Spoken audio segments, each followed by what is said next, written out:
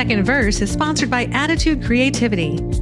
Many indie music artists don't have a website that grows their audience and reflects who they are, so they get lost in the noise of streaming. Marketing and brand messaging with Attitude Creativity helps boost your brand and build a site that hits all the right notes. You want to be an artist who stands out from the crowd, and to do that, you need your music to be heard. If your website doesn't reflect who you are or make an impact, you feel like a singer who's been handed a pair of drumsticks instead of a mic. You deserve a website and brand messaging you can be proud of, and that doesn't take time away from your music.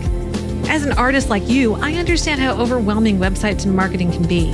And that's why, putting on my other creative hat, I put my decades of marketing and development experience to work for you. You'll no longer have to apologize for your website. You'll look and feel like a professional with a custom story branded website you can be proud of. And right now, you can get a head start with my free downloadable EPK blueprint and start building your electronic press kit to promote your music. Head to attitudecreativity.com/blueprint to get your copy.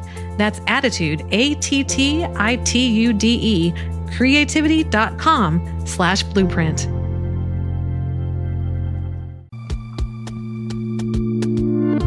Most artists don't struggle with talent. They struggle with momentum. It's not a lack of creativity. It's that we wait for the perfect time, the perfect setup, the perfect confidence. And that time isn't guaranteed. So welcome back to Second Verse, the podcast lifting up indie artists and musicians finding their next chapter in music. I'm your host, Becky Boyland, and today I'm running headlong into the classic musician's roadblock, confidence.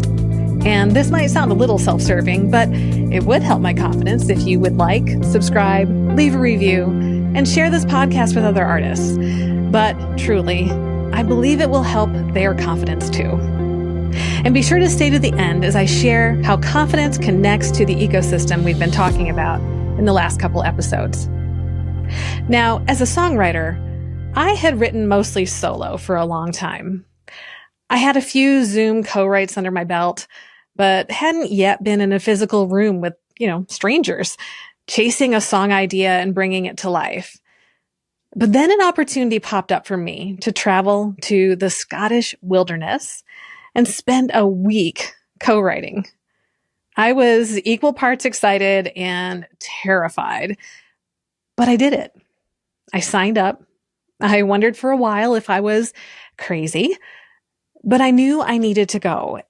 And it was an incredible experience that still informs how I write songs, solo or in a co-write. It just took one small, scary step, signing up. After that, a few bigger and scarier steps, of course, but it started simple.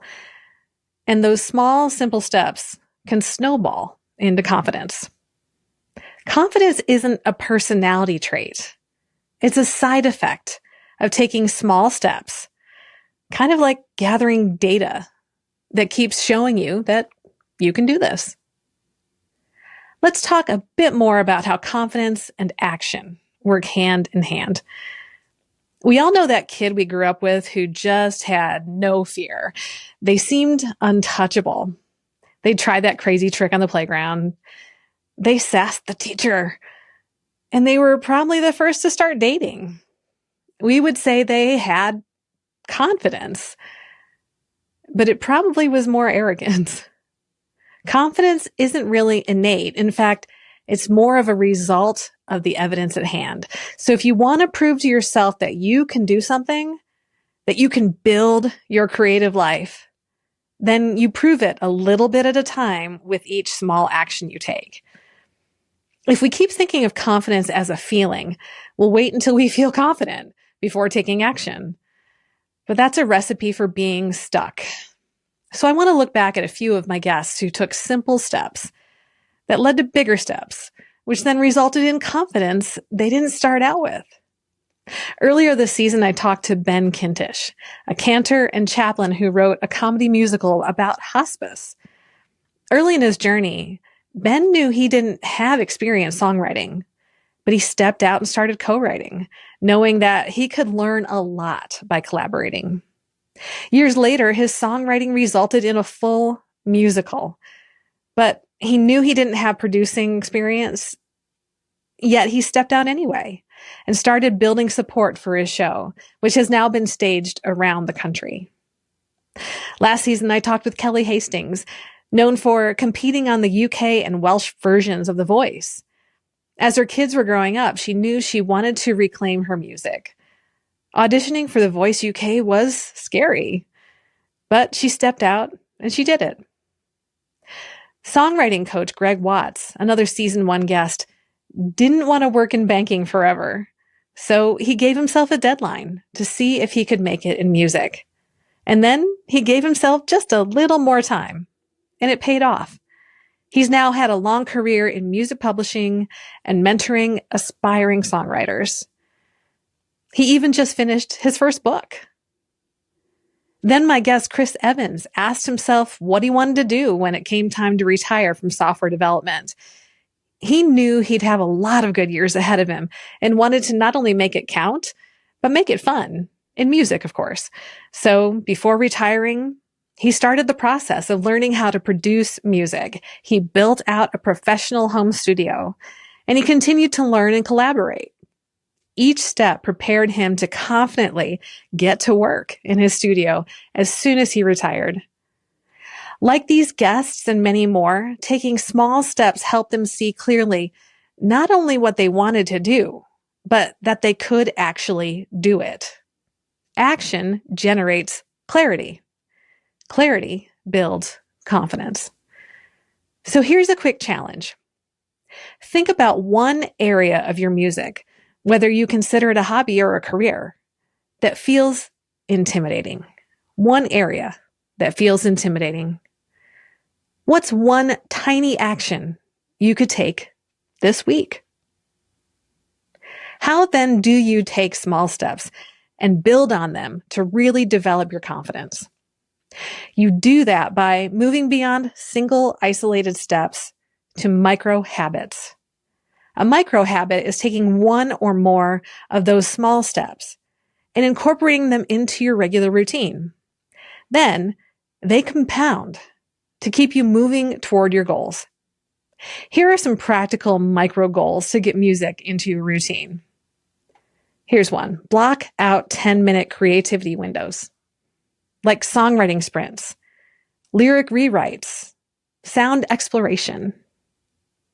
Or schedule one co-write per quarter, virtual or in person. Accountability accelerates progress.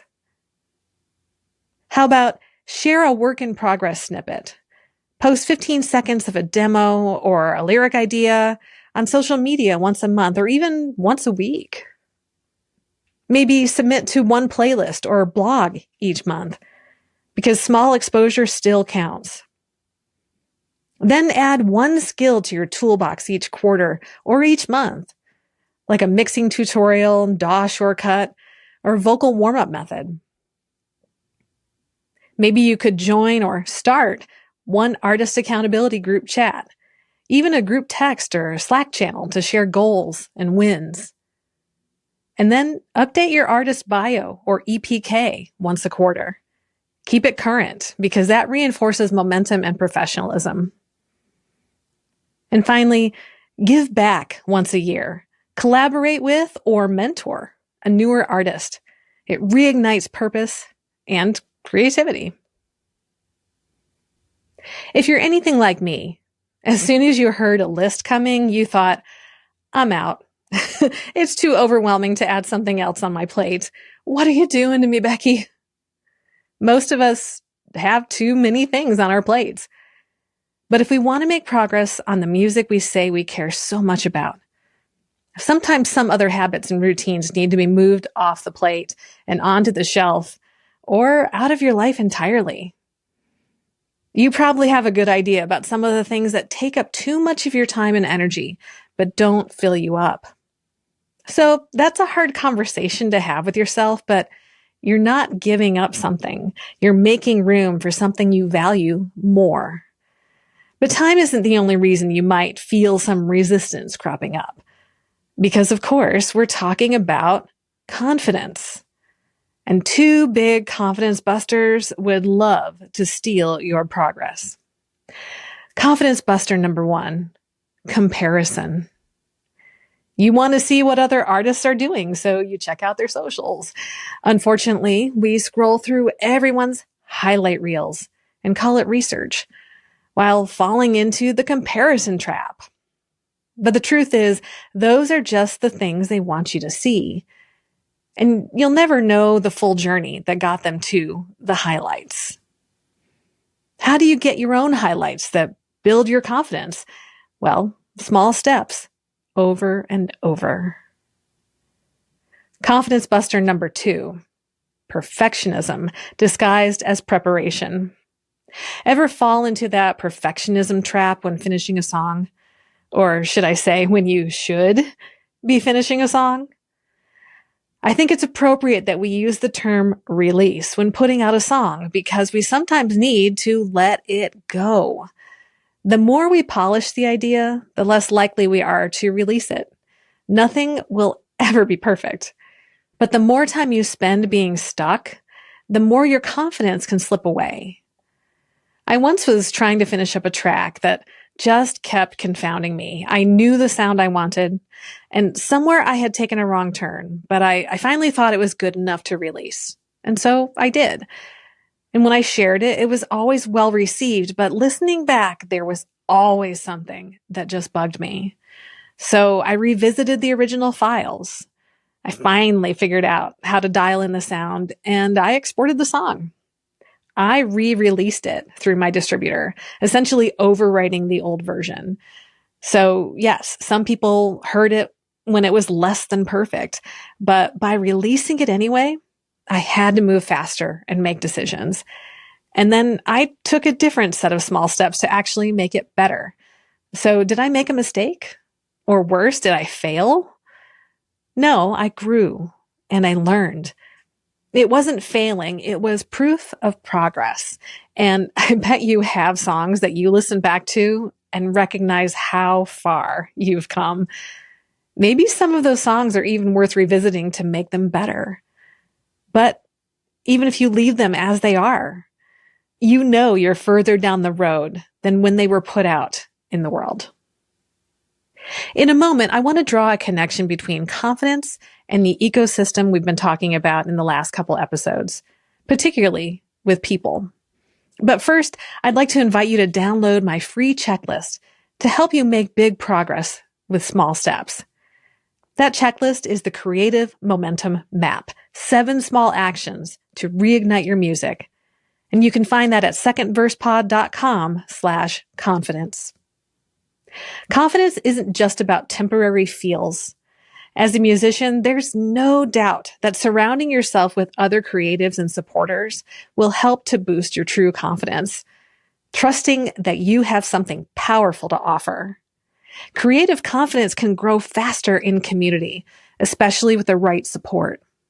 When you co-write and have someone depending on you, expecting you to show up and be part of something amazing, you can't help but gain confidence once that finished song is on the page.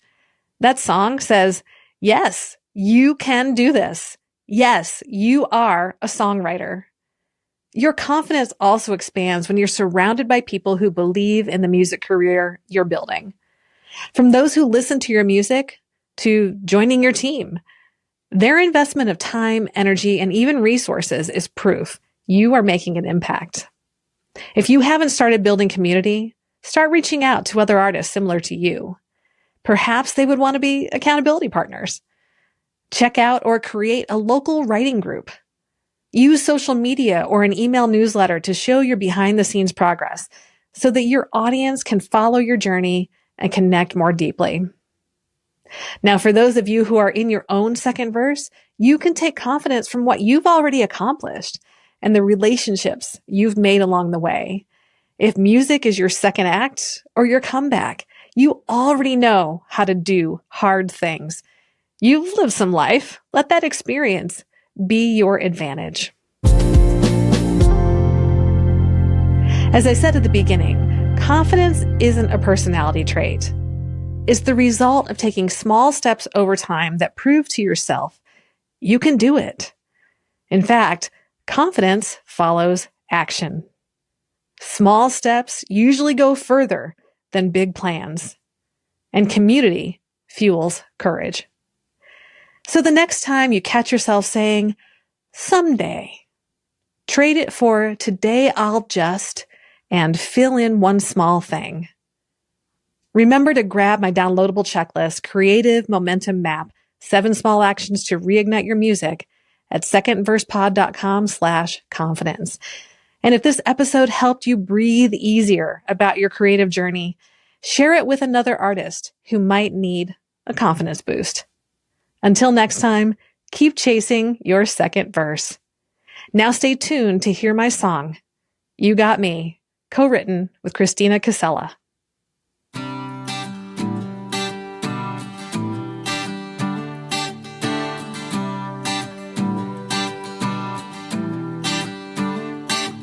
When you don't know where to run to and you start to feel afraid, know that I am right here with you. That will never change. So I want you to breathe easy, sleep sweet tonight, because the